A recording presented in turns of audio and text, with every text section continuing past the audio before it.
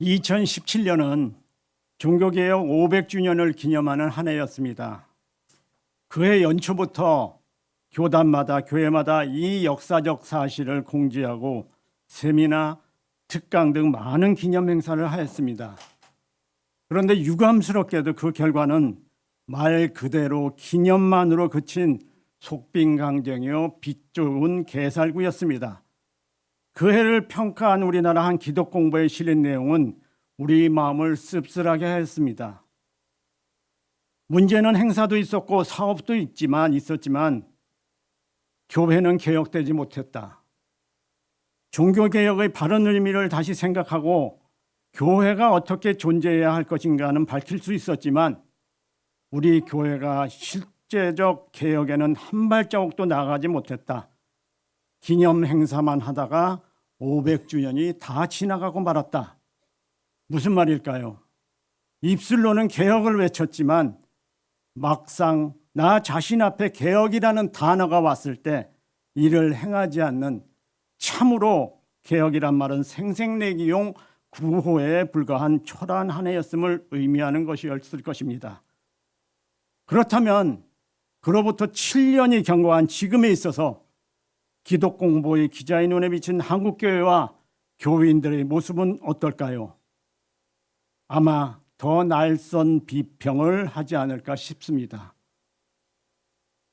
본래 개혁이란 단어는 고칠 개, 가죽 혁자를 써서 가죽을 고친다는 의미가 있습니다. 고대에는 입고 있는 가죽옷에 따라 그 사람의 계급과 신분이 나타났기 때문에 가죽옷을 바꾼다는 것은 다른 계급과 다른 신분이 된다는 의미를 가지고 있었습니다. 세상에는 수없이 많은 종류의 개혁이 존재합니다. 경제개혁, 의료개혁, 교육개혁, 조세개혁 등 개혁에는 기득권층의 저항이 따르게 되어 있어 어느 하나 수월한 개혁은 없지만 역사적으로 볼 때 그중에서도 가장 힘들고 많은 희생이 따르며 고차원적인 개혁은 바로 종교, 신앙개혁이라 할 수 있습니다. 왜냐하면 신앙개혁은 법이나 제도로서 고쳐지는 것이 아니라 정신개혁이고 삶의 근본적인 개혁이기 때문입니다. 예전에는 우리에게 있어서 절대로 없어서는 안 될 귀중한 것이었는데 이제는 그것이 버려야 할 영순위처럼 여겨지는 것, 예전엔 우리 생각 속에 진리처럼 생각했던 것이 이제는 부질없고 보잘것 없어져 잊어야 할 것처럼 느껴지는 것, 그리고 그것이 예전의 우리를 지탱해 준 삶의 원칙이었는데 왜 그런 삶을 살았을까 하며 회개하고 삶의 밑바닥부터 고쳐나가는 것이 바로 개혁이라 할 수 있습니다. 신약성경 에베소서 4장 22절부터 24절 말씀에는 너희는 유혹의 욕심을 따라 썩어져가는 구습을 따르는 옛사람을 벗어버리고 오직 너희의 심령이 새롭게 되어 하나님을 따라 의와 진리의 거룩함으로 지으심을 받은 새 사람을 입으라고 언급되어 있는데 이 말씀이야말로 개혁의 핵심이다라고 할 수 있습니다. 한 가지 예를 들어보겠습니다. 초대교회 시절 기독교인들은 유대교인들의 박해와 황제 숭배를 강요하는 로마 제국의 핍박 속에서도 결코 물러나지 않는 강인한 힘을 보여주었습니다. 왜냐하면 그들은 당시 체제적 모순에 저항하였고 순교마저 마다하지 않음으로써 이것이 오히려 로마인들의 마음속에 감동을 주어 기독교가 참된 종교임을 각인시키는 데 큰 힘을 발휘하였기 때문입니다. 그러한 기독교가 생명력을 잃어버렸던 것은 아이러니컬하게도 주후 313년에 있었던 콘스탄티누스 황제의 밀라노 칙령에 의하여 기독교가 공인되고 그 후 데오도시우스 황제에 이르러 국교가 되면서 오히려 타락의 길을 가게 되면서부터입니다. 아니, 핍박받는 환경에서 더 좋은 환경으로 변하여 아무런 생명의 위협도 받지 않고 복음을 전할 수 있었는데 왜 생명을 잃었던 것일까요? 그것은 바로 하나님의 힘만 의지하는 우리 자신의 무력함의 힘으로 복음을 전해야 했는데 황제가 기독교 공인 후 그들에게 권력과 명예와 부를 쥐어주자 그것을 아무런 거부 없이 받아들임으로써 그 후부터는 돈과 권력과 명예의 힘이 복음 전달의 수단이 되었기 때문입니다. 즉 더 이상 그들에게 있어서 하나님의 힘은 불필요한 존재가 되어버렸고 이용가치로서의 하나님만 남게 되었던 것입니다. 결과적으로 그들의 개혁의지의 상실은 중세교회의 타락을 불러왔고 성지회복이라는 미명하에 십자가 전쟁이라는 끔찍한 잘못을 저지르는 동기를 제공하게 되었던 것입니다. 오늘날의 세계 기독교 역사에도 이와 같은 모습이 답습되고 있습니다. 종교개혁 시절 당시 로마 가톨릭은 무소불위의 권세를 가지고 있었습니다. 사람이 의롭게 되는 것은 공덕과 선행으로 된다 하여 면죄부 판매가 공공연히 자행되었고 신자는 교황, 주교, 사제들의 중보로 말미암아 하나님 나라에 들어갈 수 있다 하여 고해성사가 행해졌으며 교황보호설과 연옥설 등 성경 내용의 왜곡과 파괴가 공공연히 자행되었습니다. 이런 상황 속에서 일어난 종교개혁과 이로 인한 개신교의 탄생은 그야말로 잘못된 체제와 제도를 개선하기 위한 기독교인들의 저항 위에 핀 꽃이었다고 말할 수 있는 것입니다. 그런데 그 종교개혁의 정신이 세월의 경과와 함께 퇴색되고 개혁 정신은 점차 희미해져 갔습니다. 기독교는 또다시 시류와 세상적인 힘과 타협하였고 이로 인해 타락이 불일 듯 일어났으며 이제는 여기저기 기독교의 현실을 탄식하며 앞날을 걱정하는 소리가 높아져만 가고 있습니다. 이는 오늘날의 교회들 또한 하나님의 힘을 의지하기보다는 돈의 힘, 명예의 힘, 권력의 힘에 편승하여 개혁의 의지를 상실하는 잘못을 범했기 때문에 나온 필연적인 결과입니다. 오늘 제가 이렇게 서두에 개혁에 대하여 장황하게 말씀드리는 것은 오늘 말씀인 예수님의 족보 안에는 개혁이 무엇이며 개혁을 어떻게 하는지에 대한 답이 들어있기 때문입니다. 오늘 본문에 기록된 마태복음의 1차적 수신자는 당시 하나님을 잘 믿는 유대인이었습니다. 마태가 유대인을 우선적 대상으로 하여 복음서를 썼다는 것은 그들이 누구보다도 하나님을 잘 안다고 말하고 있지만 정작 하나님이 누구신지 그리고 그분의 진정한 뜻이 무엇인지를 모르기 때문이요. 그들 앞에 나타난 예수님이 바로 하나님이심을 보지 못하였기 때문임을 안타깝게 생각하여 기술하였음을 보여주는 것입니다. 오늘날에도 우리 주변에는 하나님을 믿는다고 하면서 실질적으로 예수님의 하나님 되심을 모르고 부인하는 기독교인들이 많이 있습니다. 그들에게 참 하나님이 누구신지를 제시한다는 점에서 마태복음의 중요성이 있는 것입니다. 성경에 나타난 구약시대의 유대인은 하나님의 택함을 받은 민족으로서 누구보다 구약 성경에 대한 해박한 지식을 소유하고 있었고 족보를 중시했으며 자기 민족에 대한 배타적 우월성을 견지하고 있는 민족이었습니다. 마태복음이 예수님의 족보를 시작하고 있는 것은 바로 이러한 이유라고 볼 수 있습니다. 족보는 우리가 인지하고 있듯이 가문의 뿌리를 알게 해주고 그 연속성을 확인케 해주며 과거 가문의 신분과 을을 자랑하기 위해 족보를 활용하는 것만큼 더 확실한 자료는 없었습니다. 요즘 시대에도 이러한 이유로 족보를 중히 여기시는 분들도 많이 있습니다. 그런데 유대인들에게 있어서 족보는 더욱더 귀중한 가치와 의미를 가지고 있었습니다. 자신이 속한 지파가 어느 지파인지 알게 해주며 그들이 상속받은 기업이 어느 곳인지를 알게 해줍니다. 만일 누군가가 자신을 가리켜 나는 다윗의 자손이라고 주장한다면 이를 확인할 수 있는 유일한 자료가 족보였던 것입니다. 마태가 마태복음의 서두에 이렇게 예수님의 족보를 기록한 것도 이처럼 족보를 중시했던 유대인들에게 예수님이 뜬금없이 나타난 분이 아니라 유대의 혈통을 가졌고 그들이 그토록 오랫동안 갈망해오던 다윗 집안의 왕 메시아이심을 확신시키기 위해 서술한 것임을 보여주기 위함이었습니다. 예수님의 족보는 마태복음에만 국한되어 나타나고 있지 않습니다. 누가복음 3장 23절부터 38절의 내용에도 족보가 나옵니다. 이 두 족보 사이에는 예수님이 양성일위, 즉 완전한 신성과 완전한 인성을 가지신 하나님이심을 나타내는 공통점도 있지만 수록된 위치와 그 기술 방법에 있어서 강조점이 다르다는 차이점도 있습니다. 중요한 것은 오늘의 제목에 나와 있듯이 마태가 기록한 예수님의 족보 속에는 개혁에 관한 내용이 은연중 나타나 있다는 것입니다. 따라서 그 족보 속에 나타난 개혁 정신이 무엇인지를 찾아내어 그것을 어떻게 현실에 적용할 것인지를 살펴보는 것이 오늘 말씀의 핵심적인 요지가 됩니다. 첫 번째는 인식의 개혁입니다. 마태는 오늘 말씀 1장 1절에 아브라함과 다윗의 자손 예수 그리스도의 계보라라고 말함으로써 예수님의 계보의 처음 조상이 이스라엘 백성의 시작인 아브라함이라고 명시하고 있습니다.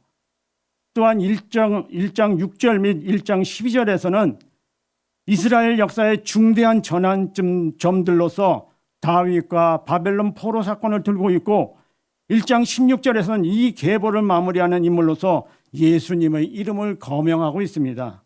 그런데 지금 우리가 보는 한글 개혁 성경에는 아브라함과 다윗 그리고 예수 그리스도의 이름이 차례대로 기록되어 있지만 원어 성경이나 영어 성경을 보면 예수 그리스도, 다윗, 아브라함의 순으로 이름이 기록되어 있어 직역하면 이것은 예수 그리스도와 다윗의 자손 아브라함 자손의 계보이다라는 내용으로 되어 있습니다.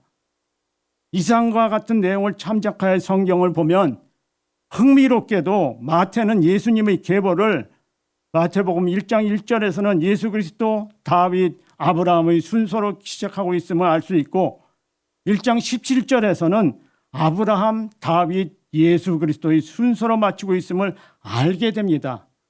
이는 예수님의 계보 전체를 새 이름들로 감싸는 인클루지오라고 하죠. 수미상관법의 구조를 채택하고 있음을 보여주는 것으로 예수님이 바로 이스라엘 역사와 다윗 왕조의 목표를 성취하신 그리스도이시다라는 사실을 강조하기 위함임을 알 수가 있는 것입니다. 마태의 이러한 관심은 이스라엘 전체의 역사를 숫자적으로 제시하고 있다는 점에서 더욱 두드러집니다.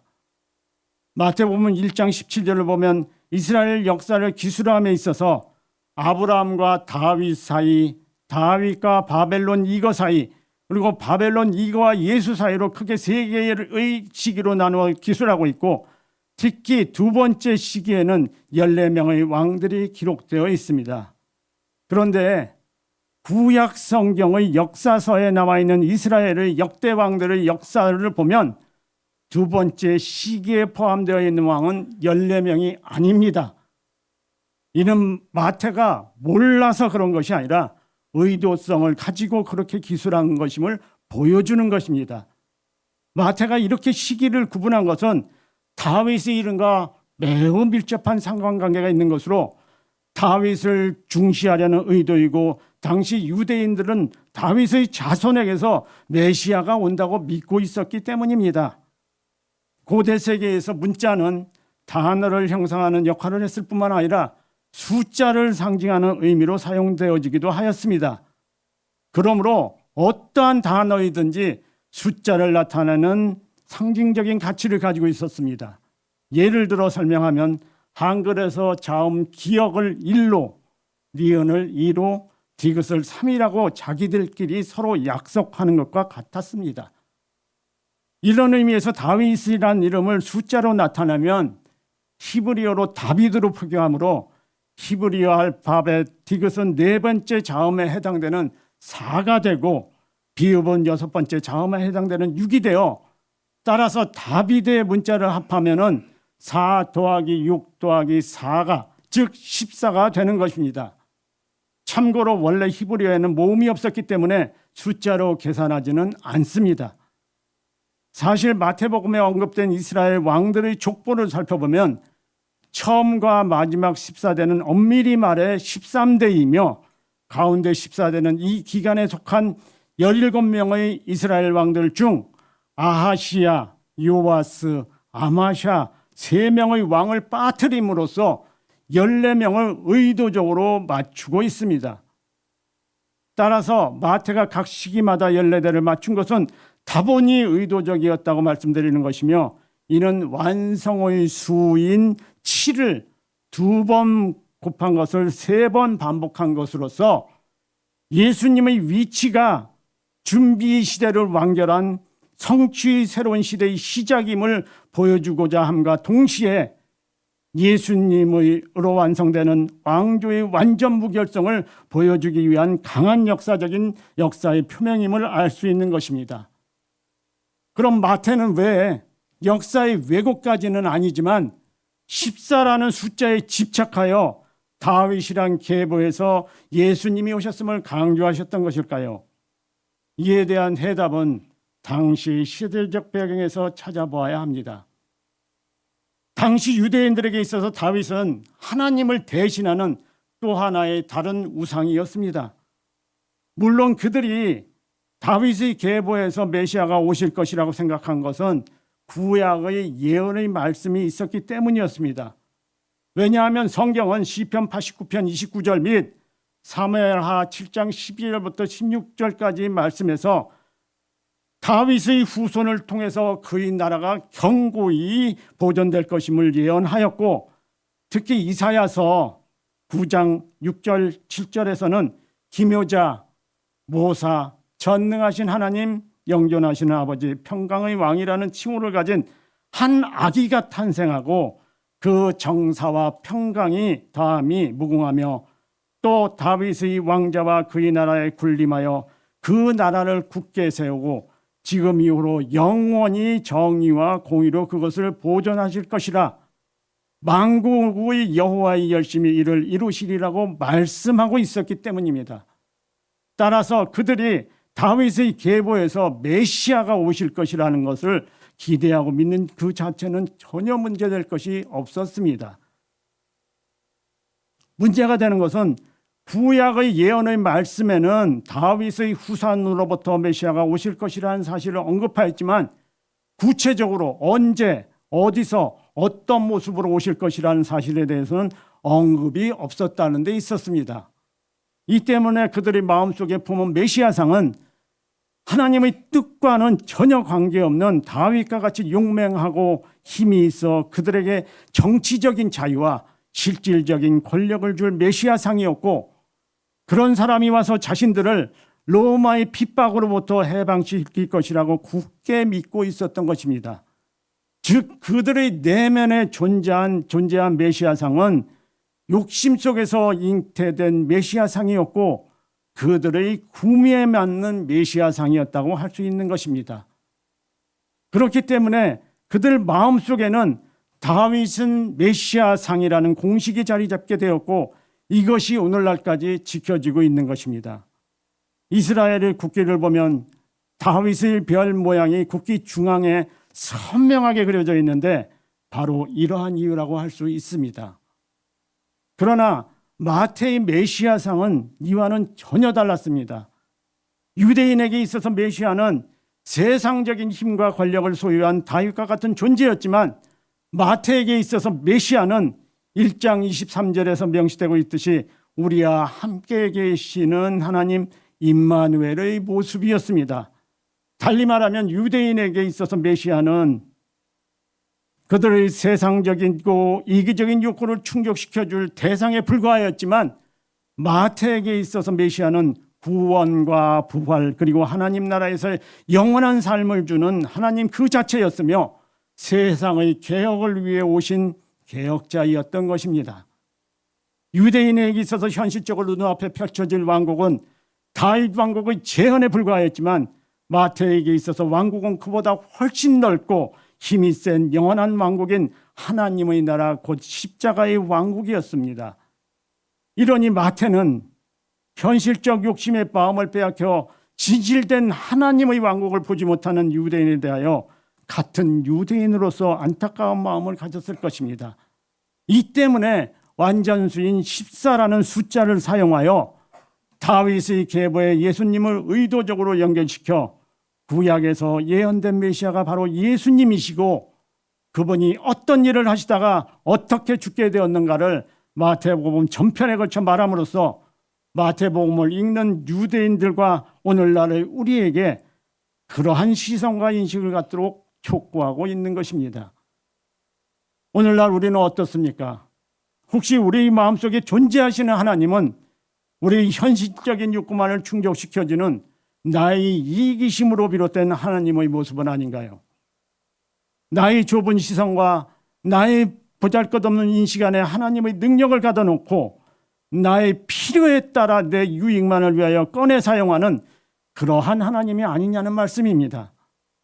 여기 계신 분들은 마태와 같은 시선과 인식을 소유하시고 지질된 하나님을 믿고 증거하는 저와 여러분이 되시기를 예수님 이름으로 축원합니다. 두 번째는 관습과 판단 그리고 제도의 개혁입니다. 족보는 가문의 얼굴이기 때문에 대부분의 족보는 기록할 때 자신의 가문의 명예와 자존감을 높여줄 무엇인가를 먼저 생각하고 그것을 찾아 그 내용을 부각시키는 족보의 기술 방법을 선택하곤 합니다. 그런데 오늘 우리가 읽은 마태복음 1장에 나타난 예수님의 족보를 보면 일반적인 족보의 기술 방법과 전혀 다른 시각에서 족보를 기술하고 있음을 알게 되고 다음과 같은 두 가지 의문을 갖게 됩니다. 하나는 마태는 예수님의 족보를 열거하는데 왜 구태여 당시 유대인들이 사용하던 족보의 기술 방법을 탈피하여 유대인의 관념상 넣지 않아도 될, 아니 그보다는 율법의 규정상 넣어서는 안 될 여인들의 이름을 거명하고 있느냐는 점입니다. 이러한 의문을 갖는 것은 당시 유대 문화에서 여성의 위치 때문입니다. 당시 여성은 법적 권리가 전혀 없었고 남자의 하위에 처하였으며 종과 같은 존재는 아닐지라도 남자의 보조자라는 개념이 강화했습니다. 그래서 여자와 어린아이는 인구조사의 대상에서조차도 제외되었고 또 여성을 동등한 인격체로 여기지 않음으로 인하여 일부 다처제가 통용되었으며 부인을 특별한 소유물이라는 개념 정도를 가지고 있었습니다. 그래서 이 당시 유대 남자는 이방인이나 여인으로 태어나지 않는 것에 대하여 날마다 하나님께 감사하며 살았습니다. 이런 연유로 이렇게 예수님의 족보에 여인의 이름이 거명되는 것은 극히 이례적인 일이었습니다. 물론 마태가 여인의 이름을 족보에 실은 의도는 무엇보다도 창세기 3장 15절에 언급된 여자의 후손에서 메시아가 나올 것이라는 말씀의 성취를 염두에 두고 기록한 것으로 보여집니다. 그렇다손 치더라도 당시 유대인들의 상황을 볼 때 예수님을 하나님으로 받아들이지 않고 또 예수님의 족보에 여인들의 이름이 거명되면 유대인들의 사고 안에서는 오히려 거부감을 줄 수 있었을 터인데 마태는 왜 이러한 위험성을 감수하고서라도 여인의 이름을 거명하였는가? 라는 점은 여전히 의문점으로 남게 됩니다. 이 또한 마태가 의도성을 가지고 예수님의 족보를 기술하고 있음을 보여주는 것입니다. 앞서 언급했듯이 예수님 시대의 유대인 세계에는 남녀 간의 불평등과 신분상의 차별이라는 벽이 있었습니다. 당시 유대인들은 그들의 자의적인 율법 해석에 따라 남녀 간의 불평등과 차별을 당연시 여겼고 자신들이 따르는 제도들이 허점투성이었음에도 불구하고 잘못되었을지도 모른다는 생각은 전혀 갖고 있지 않았습니다. 그러나 예수님은 이러한 제도들이 율법의 잘못된 적용에서 비롯된 것임을 보시고 이를 고치시고자 하셨습니다. 그 결과 예수님 이전에 여자에 대한 폐쇄적인 사고는 예수님이 이 땅에 오심으로 점차 변화가 일어나기 시작했습니다. 여자 되시는 분들은 이걸 감사해야 되는 거예요. 예수님께서 여성에 대한 인식을 새롭게 하도록 가르치심에 따라 유대 여성의 지위가 전보다 다소 향상되어져 갔고 특히 예수님께서는 상대적으로 약한 위치에 머물러 있던 여성들을 남자와 다름없이 동등한 인격체로 여기시고 그들에 대한 특별히 많은 배려를 아끼지 아니하셨습니다.